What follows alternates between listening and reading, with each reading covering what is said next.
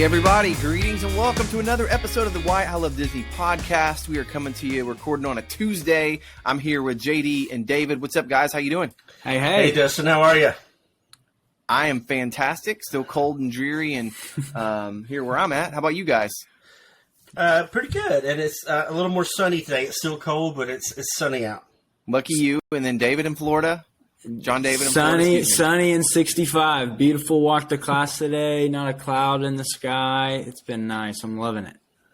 Rub it in. Everything going well? You guys, everything back to normal for you guys? And Yeah, it's actually my wife's birthday today, so we celebrated this morning. She's getting lunch with her friends right now, so it's been a good day. Going to the park later to celebrate? Maybe this weekend. We'll see. Awesome. That's fantastic. Have you guys had caught up on Boba Fett and had a week of watching Disney Plus and consuming Disney content as normal? I am caught up on Boba Fett. How about you guys? Yeah. I am. I was a little late, but got episode 4 in, and episode 5 releases, I think, at midnight tonight. Can't wait. Yes. Yeah. Have you guys watched anything else on Disney Plus? Maybe not Star Wars related or any Disney movies? So once again, I've seen another Encanto once again, half of it anyway. My kids had it on. And also I actually restarted, this is not on Disney Plus, but it's Marvel. I restarted Daredevil. 3 episodes into that, season 1. We had talked about it, and I wanted to. He's my favorite character, and that series is so great. I wanted to watch it again, really see if my oldest teenage son, I felt comfortable letting him watch it, and just kind of going through that again. But man, it holds up. I'm in the season 1, first few episodes. It's fantastic. So yeah, I've been rewatching Daredevil and again Encanto, and I'm sure there's a couple. Oh yeah, I've been watching Get Back on the Beatles a little bit. The Peter Jackson kind of documentary that they've released and was so hyped. And man, I'm about an hour into the first section of that, and absolutely loving it. It's fascinating. Yeah. So I really want to watch that. So I haven't really read a lot. I haven't seen a lot about it. What's the kind of layout? Is it like episodes of it about the Beatles, the history of the Beatles? What is it like? Yeah, it's like, I think 3 or 4 parts, about an hour and a half. They're different lengths, but I think the total amount is about 7 or 8 hours. Wow. And what this is, apparently the story is back in whatever year it was, they had just finished a tour and albums, and they had a schedule, like a TV concert scheduled, a live thing. And they had 3 weeks or 2.5 weeks to write an entire album. So they rented out the studio, and they had cameras come in to kind of document the whole process. And it's everything you would expect. It's high pressure. They're tired. There's some creative stuff. And I'm an hour in, and there's already some fascinating things going on with just, you can tell they're stressed, and maybe we should postpone this thing. They're saying things like maybe we should just do some cover songs to kind of, lighten the load a little bit. And it's just fascinating to get behind the scenes and see this. It's all digitally remastered. The sound's fantastic. There's people in and out. They're all smoking cigarettes and drinking beer the whole time. It's fascinating stuff. That's awesome. Wow. Yeah, the Beatles, definitely a classic for me. Love their music, but I need to watch that because I don't really know a lot about their story and stuff like that. I know we've said a little fun Disney tip about the Beatles is they actually broke up at the Polynesian resort, right, Dad? Isn't there some? Well, there's officially. I think they were broke. They had dissolved as a band, but John Lennon was at Disney World, staying at the Polynesian when he signed the papers. And it officially was the last person to sign the papers, and it was done. Wow. Disney was where the Beatles broke up. And spoiler alert, if you didn't know that, the Beatles have broke up. There's actually a room that people can point you to. But this is the room it happened in. But I don't know that there's actual documentation. But there's good speculation of even which room it had. If you're going to stay at the Polynesian, you might ask for the John Lennon historical suite. Fascinating tidbit. And then, so it makes sense that this would be released on Disney Plus, and they would go after this. And I think the concert that resulted is actually coming out on IMAX here in the next little bit. I'm excited to see that too, but I'm only a little bit in, but it's fantastic. If you're anywhere interested in the behind the scenes creative process of how these things happen, it's a lot of what you would, I say it's what you would expect. You might not expect. Sometimes you think, well, these songs, they just sit down and they write these songs, and and it's a lot of times it's just a lot of dead ends and just doodling around on a guitar and somebody humming some random lyrics that make no sense whatsoever, and that turning into something else. And it's fascinating to watch it, and I can't wait to get through to the end. And David, I think you would love it, so you should jump on that. Hey, do you know, this is another little trivia tidbit, and this is kind of legend too, but do you know what Disney animated movie did they consider they asked the Beatles to be a part of? Do you know that one? I'm trying to think. Trying to think of a guess. No. Pete's Dragon? Jungle Book, really? Wow. You know, the vultures, they all talk like this. And they were originally going to ask the Beatles to do it. And I always heard the rumor was that John Lennon said there was no way he was working for Disney or something like that. So, which is kind of interesting that he ends up going to Disney World. But anyway, I always thought there must be some, you know, because really back then Disney was seen as such a wholesome, you know, like dated entertainment in a lot of ways. But yeah, I guess they decided to keep their I mean, because it's definitely Liverpool accents that those guys are doing when they're playing the Vultures. But then the Sherman Brothers wrote a barbershop quartet instead of a Beatles like tune. But yeah, fascinating. That's I don't know if it was Walt himself that asked, but I've heard that story more than once that there was talk about asking the Beatles, and so. That's funny, the idea of John Lennon staying at the Polynesian resort. Someone needs to do some digging and find a picture of him on Small World or something and make that go viral, because that would be a funny picture.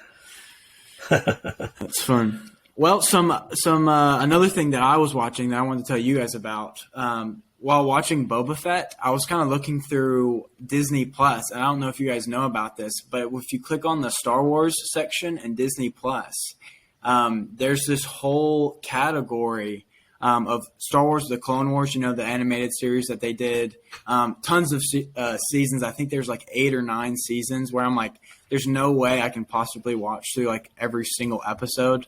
But they've created a category where it's the essential Clone Wars episodes. And there's that's a great idea. There's like 10 episodes there where it's got all of the background of the big characters. And there's one episode that relates like a lot to the Mandalorian, which kind of helped explain some of those characters in that. So I watched the first 3 episodes so far. I'm going to watch the rest, but you guys definitely need to check it out. It's super cool. All right. That's great to know. Great. Yeah. Anything that edits the content down to a reasonable bite-sized form, I'm all for it. I'm a subscriber of, and they're not, you know, they don't give us any money to say this, but Blinkist, have you heard of that?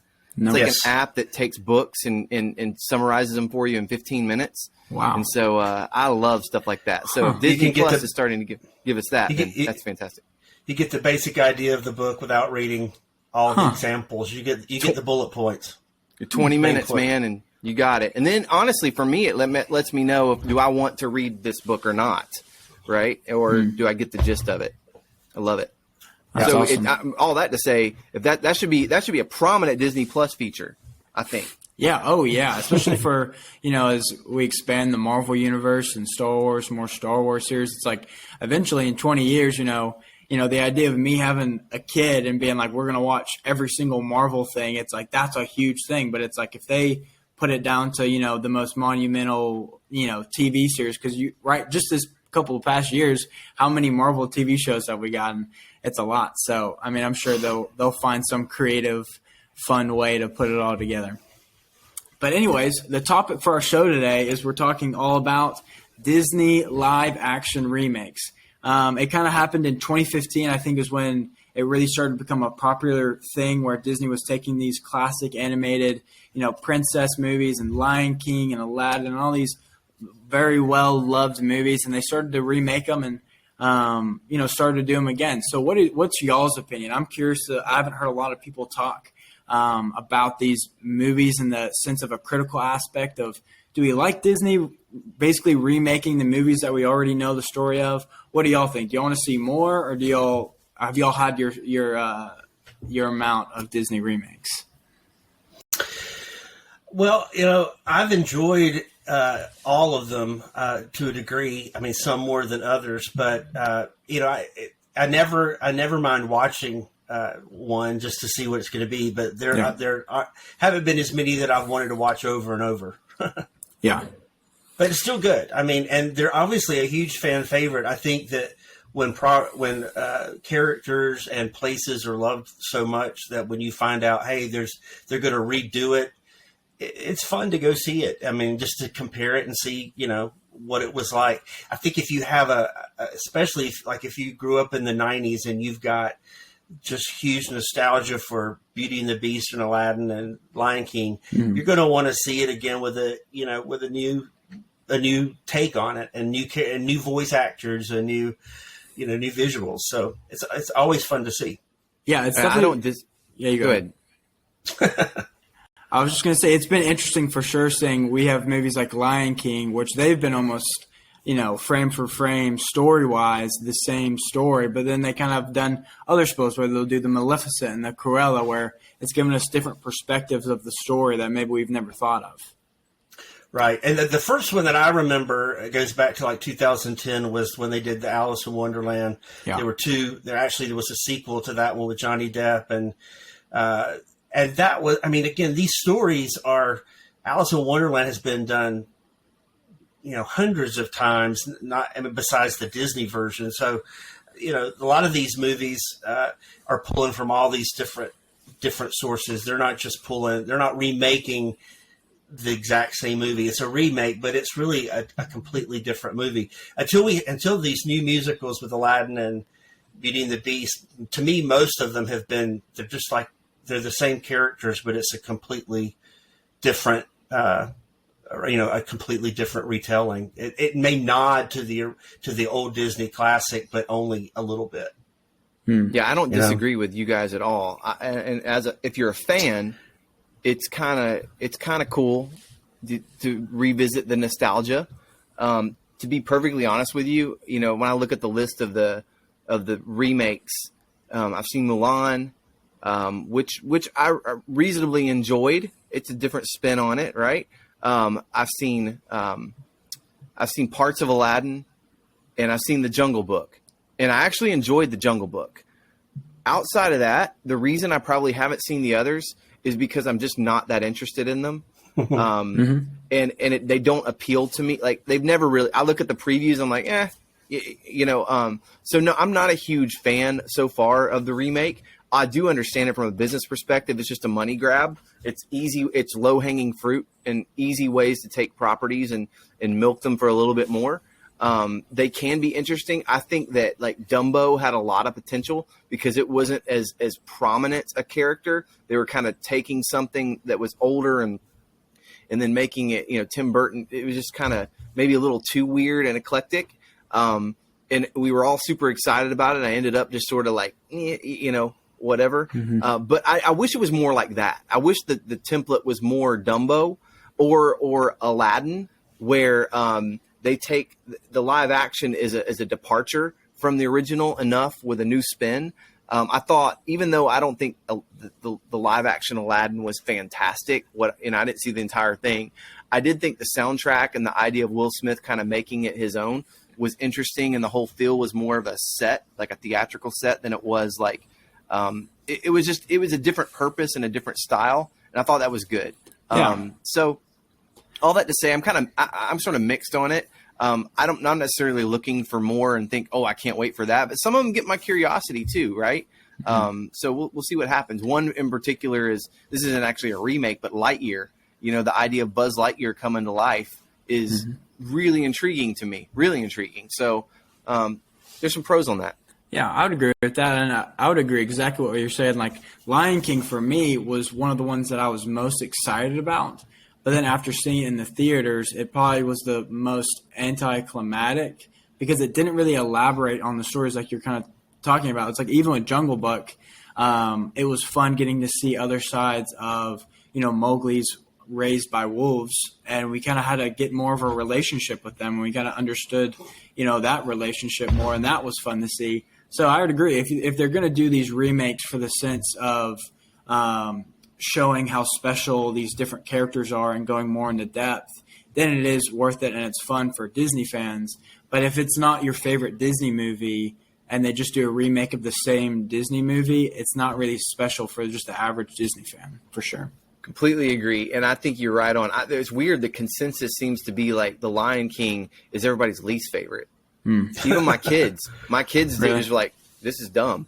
Actually, one of them said that. This is the same as the other movie. And again, I don't know what the expectations were, but just that there is more depth. There's something different to catch our attention. I think maybe that's a good lesson for them going forward. You know, like Little Mermaid with Lin-Manuel Miranda, like writing the soundtrack. Like that's going to be different. I'm interested just because of that, right? Where I probably wouldn't be otherwise. Right. What I've really liked is when it does follow the movie, especially when they're musicals, and we still get to hear the songs. But I do like it when they add new songs to it, and take it beyond. Because I think now even with things like Encanto, obviously people can handle a little bit more music than maybe the audiences wanted 10 years ago. So I would like to see more of that. I think my favorite.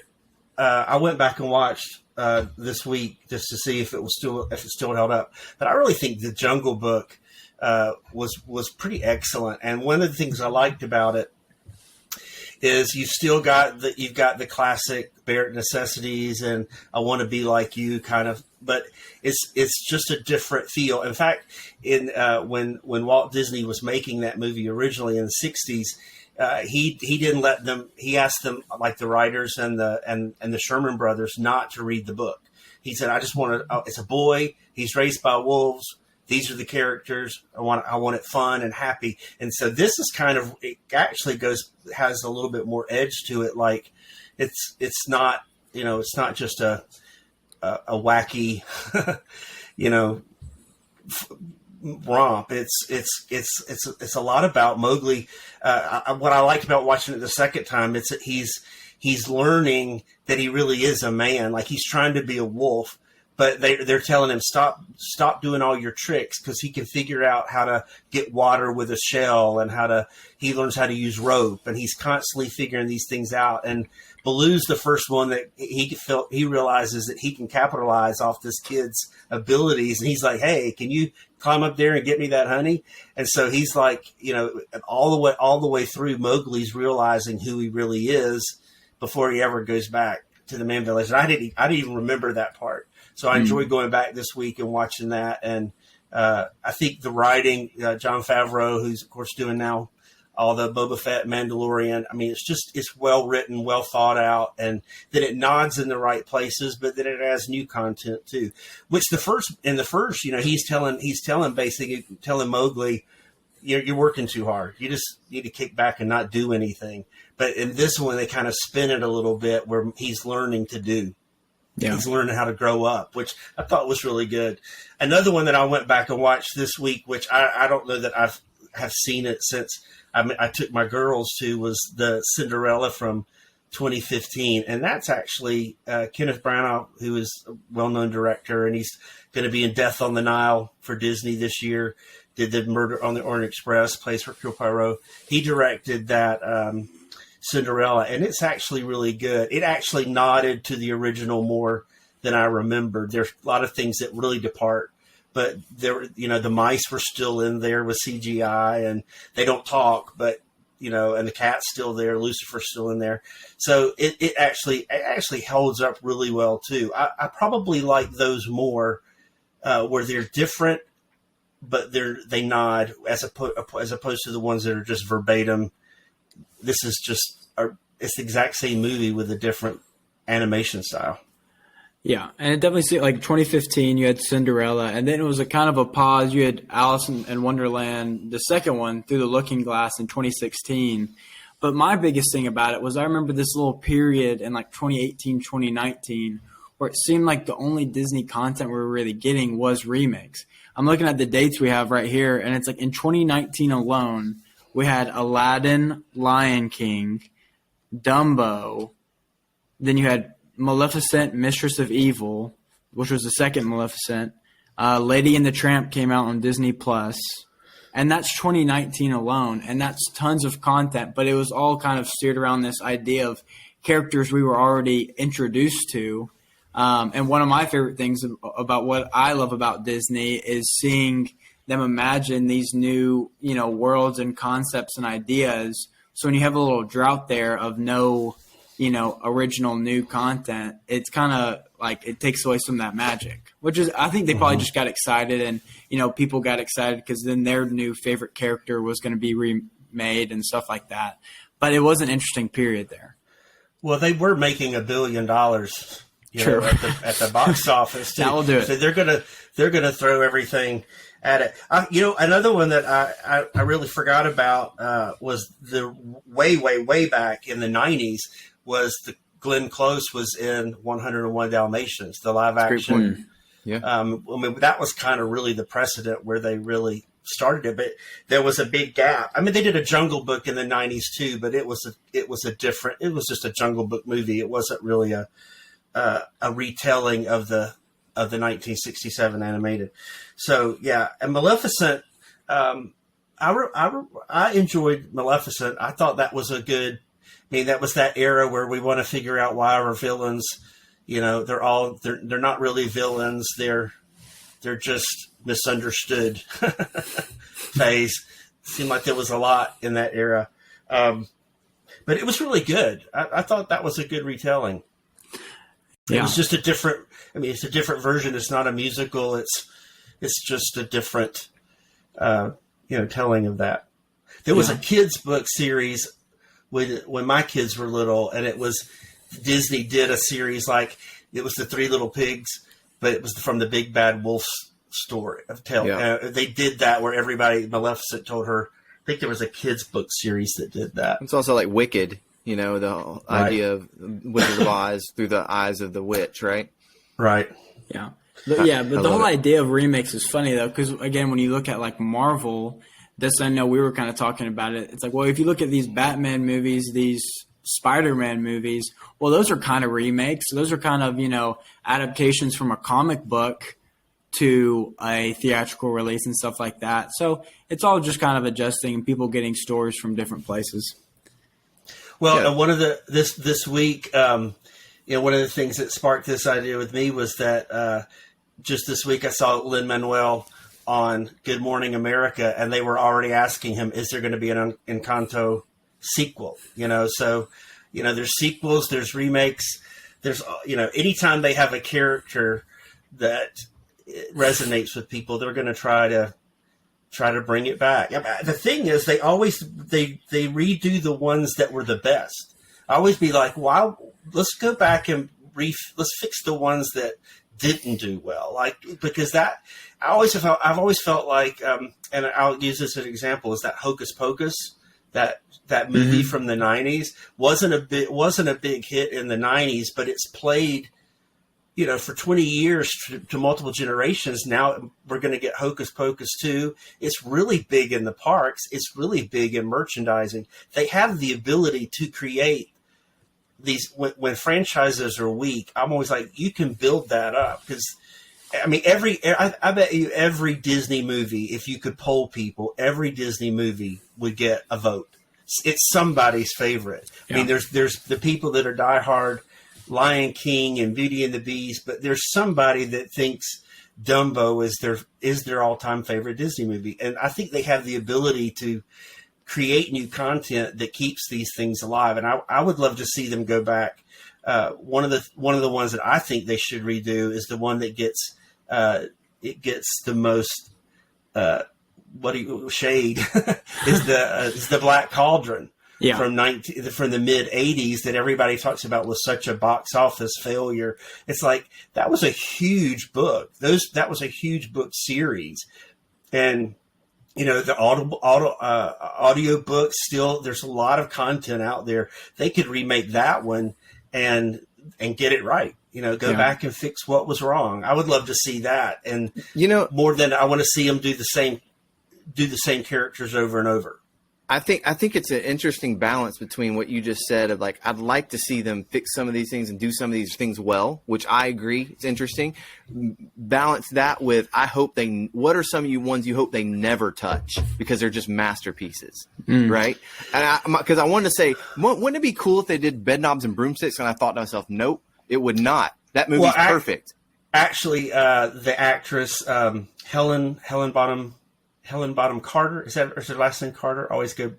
I think so. You know, she's Bellatrix in Harry Potter world. But an interview one time, because she was the fairy godmother in the Cinderella film that I watched this week, Disney's remake of that. She was also in the Alice in Wonderland. She played the Queen of Hearts, where they, made her head really large. And they, in an interview one time, someone asked her if she could be in a Disney remake, which one, and she said Bed Knobs and Broomsticks.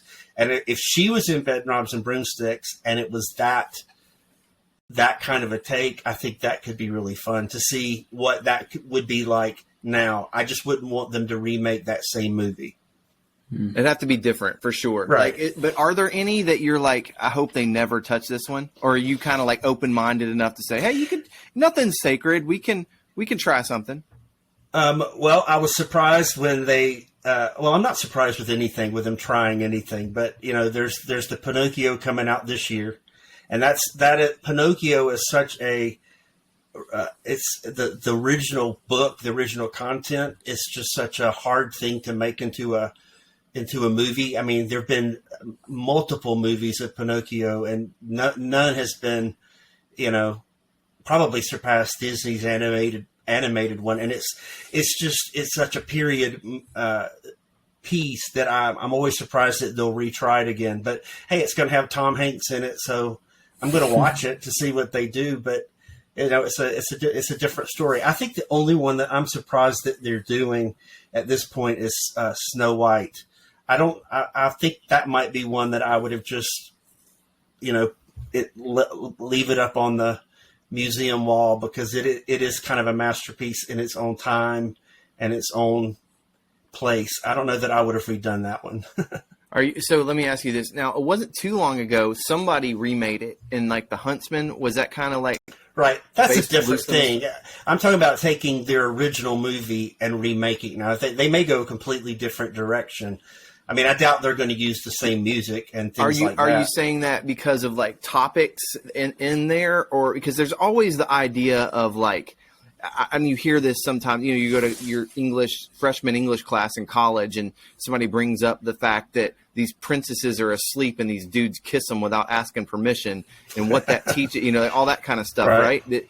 And those are cultures change, right? And right. Some stories that landed in a certain time period don't land well in others. Is that the reason, kind of, or is it more have to do with like the dwarves and kind of? I know that's some actual Disney news that we hadn't talked about yet is Peter Dinklage's criticism of this remake, saying, and again, I don't know if he knows what's in it or if he's reacting to what he thinks might be in it or what, but he was very critical of them bringing this story to life. Is that kind of why you're hesitant about this?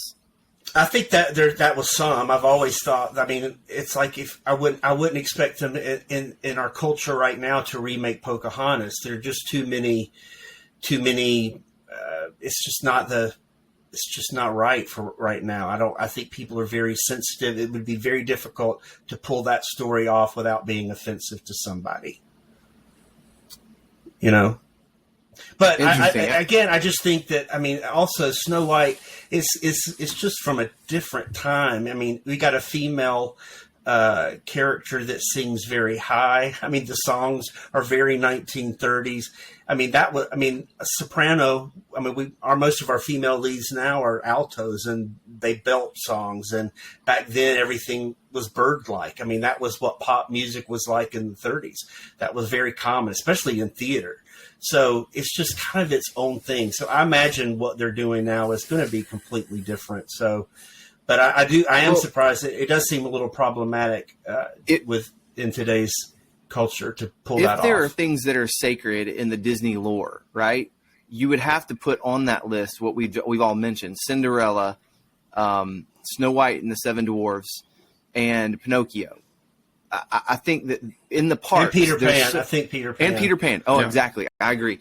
But they're so prominent in the parks, from the castle to When You Wish Upon a Star. That melody being literally, you hear it every time you watch a Disney movie.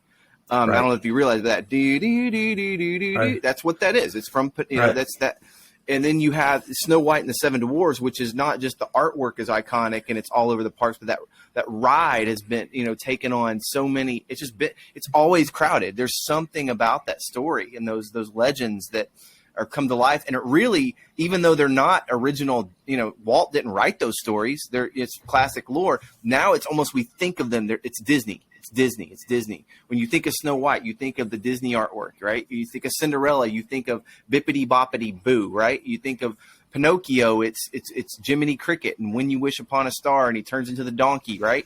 And Monstro, the whale, and it's just there's such timepieces, like you said. They're such a product of the time in which they were made. It's very interesting, and will be very interesting to see how those get reinterpreted for a 2022, 21st century audience that is very on edge and very picky and very particular and very critical and very, I don't want to come across wrong, but let's just say easily offended. And that's probably wrong. There may be reasons for people to be offended. I don't know, but things are more offensive now, right? And maybe they should be, but you get what I'm saying. Like it's going to be very interesting how they approach all these things.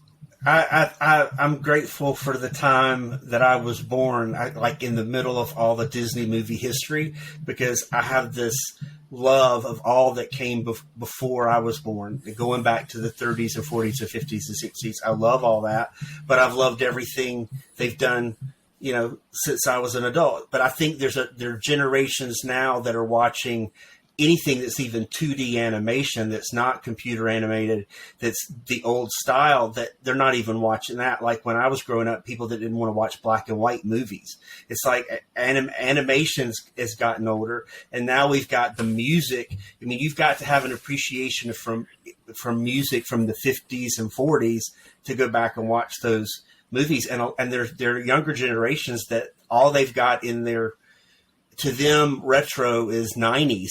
So that's as far back as, I saw somebody recently talking about, it was in an interview saying that their kids found like Cinderella just boring, the original, because they don't relate to it musically and art style. I mean, it's just so far back now. Some of these, Snow White, it won't be long before it's 100 years old. I guess it's, we're at like 85, 90 years old now.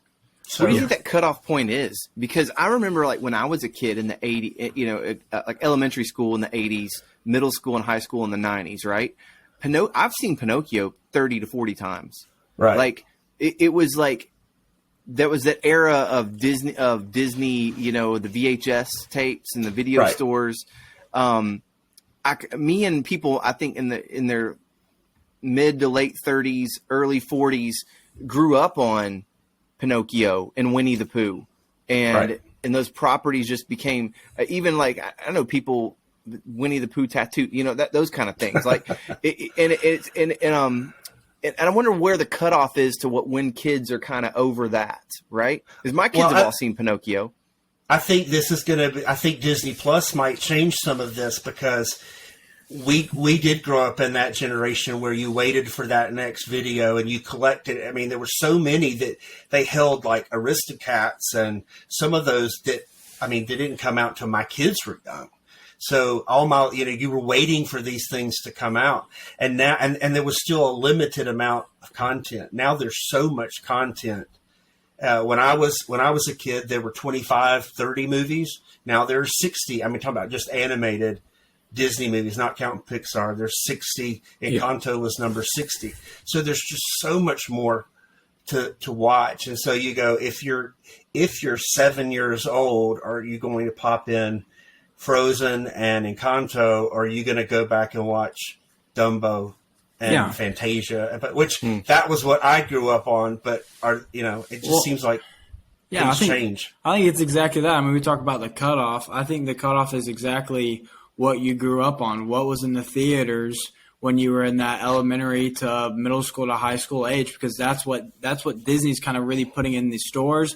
That's what the kind of lunch box that you'd be taking to school. That's the Halloween outfit that you'd be wearing, the princess outfit, the the adventurer cool outfit. Because again, Dustin, it's like your kids have seen Pinocchio, but you're a big Disney fan, so you're like, all right, guys, like this is a good movie, trust me. But it's like the average person who they don't really keep up with Disney, or maybe they didn't have a parent who showed them Pinocchio, they're not going to go out. Don't have good parents like us, right? Yeah, David? That's right. Hey, and Disney con. There's a Bambi. I mean, they've even got a Bambi in a remake in the works. My kids, they've seen. So here's an interesting little tidbit. Most of the old Disney stuff, especially musical stuff from, oh gosh, give me the big Bambi to Pinocchio to what's the one, Pollyanna to all the ones, the live action ones, the musicals from like the 60s and 70s. Like Mary Poppins. Yes. That's where I'm blanking.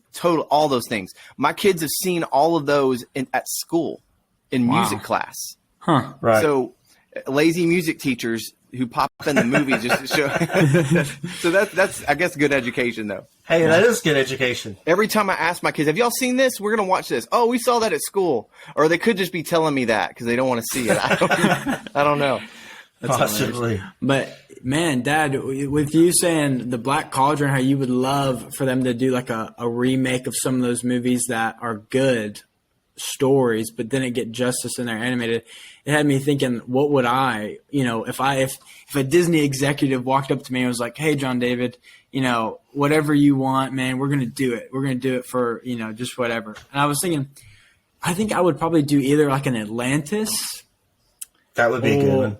Like an Atlantis, I think would be really cool. That's one of my top favorites. And I'm always like telling people about, and they're like, what? Well, like, what's Atlantis? I've never even heard of that. And I would love for them to, I think they could blow that out of the water. Something like that. I think Black Cauldron would be great. Or another thing that popped in my mind was Treasure Planet, which was funny that popped into my mind because it's actually a remake from a live action. It was, Treasure Island, and then they remade it to Treasure Planet. So it would be hilarious if they remade it to, 2022, something crazy. But those are two that popped into my mind of my favorites that don't get enough, clout, enough appreciation, that I'm like, man, they could really blow that out. Did any other like movies pop out to you guys? I think that Sword in the Stone is an interesting one to redo because it's not going to be. It's like Jungle Book. You're not going to do that same 60s wacky Merlin. It's going to be a little bit more serious. But they could keep the undertones and put the songs in the background and things like that, like they've done to some of the others. I think that could be really good. One of the things that, I've noticed that there are a lot of female heroes. Little girls have all these princesses, but it's hard to nail a male role model. Mowgli, Pinocchio, they're not really like, I want to be that guy. Little girls want to be those princesses. I wish they would find some more characters that, little boys go, oh, that's a role model right there. Fair enough. That's true. Listen, I got one for you.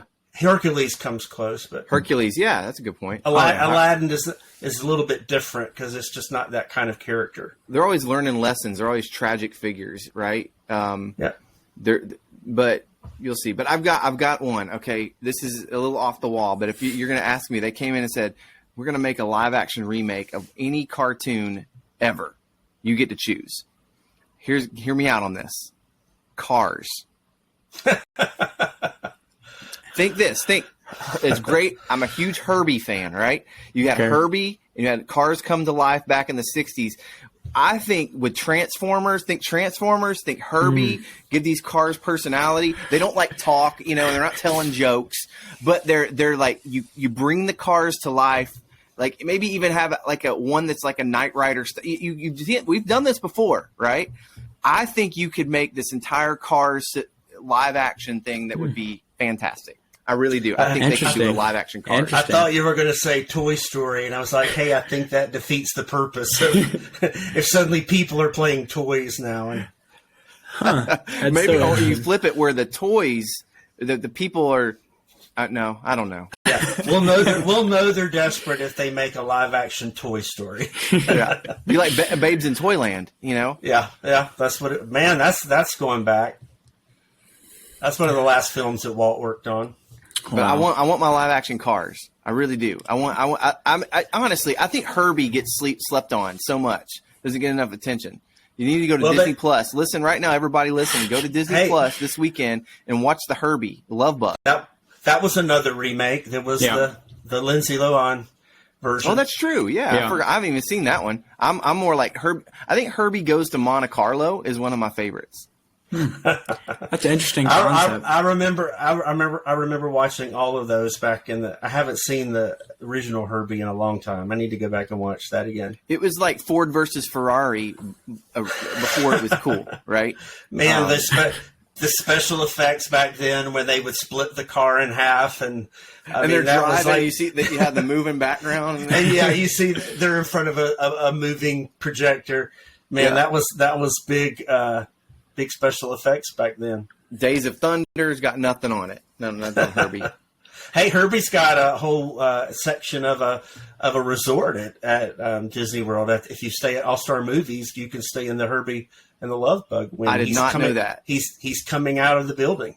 That's the one I'll pick. And there's a Mighty Ducks section of that hotel. My kids would love that. My kids are obsessed with Mighty Ducks still. The rooms only sleep 4, so you'll have to have 2 rooms because you're a big family. But that would be a value resort. I mean, it's a value resort. That would be one that you guys could do 2 rooms. I don't think they have any suites there. I think it's all. Yeah, I got too big of a family for that stuff. But how about this? What if they did a live action remake of like Ducktales? Like we had live ducks. Gosh, like remember like Howard the Duck, but like a family of live action ducks. I don't want to see that. I don't know how they would do these Donald Duck and all these ducks walking around live action. I don't know if I want to be walking down the street and see Donald Duck. No, like so get this. No, it's a real duck in a sailor suit. Think about this. You could do this with all sorts of like the animated Disney characters, right? There's a nuclear disaster. You know, Simpson style, and the animals like Ninja Turtle styles. They become human-like, and they kind of evolve into Huey, Dewey, and Louie. And that probably is something we'll see on Disney Plus. Yes. Even better yet. All right. Okay, that's kind of 90s take. All right. Then more is the multiverse. There's another dimension where the animals are people, right? Kind of like Planet of the Apes. But it's ducks and mouses and it's got to be a mouse. You're gonna have to get a mouse in there somehow. Yeah, and then you normalize this with a kind of a premise movie, and then you spin off Ducktales, Disney's Mickey Mouse Clubhouse, all these with like live action. There you go. Now I do think that the multiverse idea would be interesting. And remember, man, when I was a kid, when Who Framed Roger Rabbit came out, and suddenly Mickey Mouse was talking to Bugs Bunny, and Donald Duck was playing a piano piece with Daffy Duck. That was like, wow, this is it's all these characters are in one multiverse. And I kind of always wish that they would bring back, they're going to redo Splash Mountain, and it's going to be Princess and the Frog. But if it hadn't been Princess and the Frog and I had gotten a vote, I would have said, just throw everybody in one big ride and make it a big... Do it like a Kingdom Hearts? Yeah, just like a big... We just ride through all these movies and just have scenes from everything. And just... Yeah, and make I don't know how you would have I don't know why it would be a log flume, but I just think, like, man, if you just rode through a bunch of great Disney songs and scenes, they could have had, maybe it's all the ones that take place in the woods. We could have just seen some. Well, yeah, they could have some great.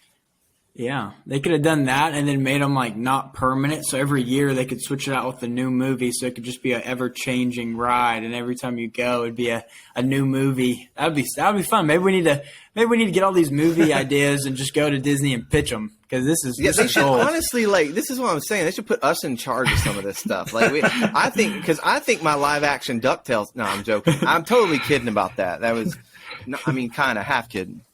Yeah, so Disney Imagineering, email us at whyilovedisneypodcast. Hey, we'll be there. Hey, if they can reimagine Mickey Mouse and Goofy in this new style, where sometimes Goofy just looks like he's been run over by a train. They could do anything. So, I think we could have the Ninja Turtle version of everything because the IP's coming up. We don't even need their permission. We can just do this ourselves. Yeah, we just need funding. We just need funding from our listeners. We want to fund a live action Mickey Mouse movie. There you go. Hey, we didn't talk about this, but there are a lot of remakes. They're not actually remakes, but they're also parts to movie, like Haunted Mansion movies and Pirates of the Caribbean movies and Jungle Cruise movies. Maybe we can talk about those at some point. Yeah, absolutely. Attraction movies. Yeah. Great idea. That's so awesome. Before we wrap up, I want to look towards the future. So far, I know we have Little Mermaid confirmed for a remake. We have Pinocchio. Is that right, Dad? We have Pinocchio confirmed. Hercules. Yeah. This year we're supposed to get Peter Pan and Wendy and Pinocchio to Disney Plus. In 2023, The Little Mermaid, and then others in the works are Snow White and the Seven Dwarfs, Robin Hood. I haven't heard much about that one. Have you? I haven't heard a lot. All I've heard is speculation about how they're going to do it because Disney's it's animated with animals. Robin Hood's a fox, and that's one of my favorites. So I'm excited to see it. But I wonder if they're going to remake it with the animals or remake same storyline with humans. It will be interesting. Yeah. It's got to be animals. It's got to be animals. Yeah. But I don't know if that'd be cheese, kind of my Ducktales. Yeah. It's I'm not sure how that works, but I don't know how that story. It just that works because of the music and the animals and the voices. But I'm curious to see. It's one of my all. That's probably like you, JD. It's one of my all-time favorite Disney movies. Mm-hmm. I've seen it more than anything. Yeah. One of the few movies that's a complete animal cast besides Bambi, Lion King, Robin Hood, and I guess Zootopia. You put in that. There are no humans in them. So it will be interesting to see. Sword in the Stone, Lilo and Stitch. Stitch. I don't know how they're going to do Stitch. It's going to be scary. It's going to be CGI. It sounds scary. Well, I will say this. There's a template for this. Like Sonic the Hedgehog, the new one was really good with Jim Carrey as the bad guy. And I didn't think it didn't look like it would be, right? You just couldn't imagine how they could pull this off, and they did. And so I have a lot of hope. Like I think of Lilo and Stitch kind of in that vein. That if they nail the characters and that's something else that might be. It's interesting that you say that because given our conversation, that could be they could hit that. I could see that working. The others on the list are The Hunchback of Notre Dame, Bambi, Hercules, and The Aristocats. Yeah. But I think I've heard one time or other, it seems like you've heard a rumor that everything was being remade. So we'll see. Those are some of the still on the list. And if we live long enough, they all will be. Yes. But I would like to see them. I'm still voting. Let's go back and redo Black Cauldron and get that where it should be. Yeah. That's a great idea. I love it. Hey, guys, this is a lot of fun. I love this topic. This is really, really interesting stuff to dive into. And that's why we love Disney. You have so much now. Like you said, 60 animated movies, and not counting the Pixar and all the other properties that they have. And we can just talk about this stuff to your blue in the face or till Kingdom Come, because man, there's always something new coming out. There's always something that can be remade. And man, just get to explore all these options. I get to fantasize about my weird live action Ducktales. And David with his weird, gothic Black Cauldron remake and all kinds of stuff like that. But we get to talk about this because it's why we love Disney, to imagine and create and talk about this stuff. We'd love to know why you love Disney. Which movies do you love? What are your favorite remakes? And what would you like to see remade if they came to you and asked you your opinion? Let us know. You can get with us at whyilovedisney.com. Also on Instagram and Twitter. Check us out there. Also, leave us a review. 5 stars only. We prefer that. And it helps get the word out about what we're doing. But thank you for your time. David, JD, always a pleasure. Can't wait till next week. Awesome. All right. See you guys later. Bye. Take care.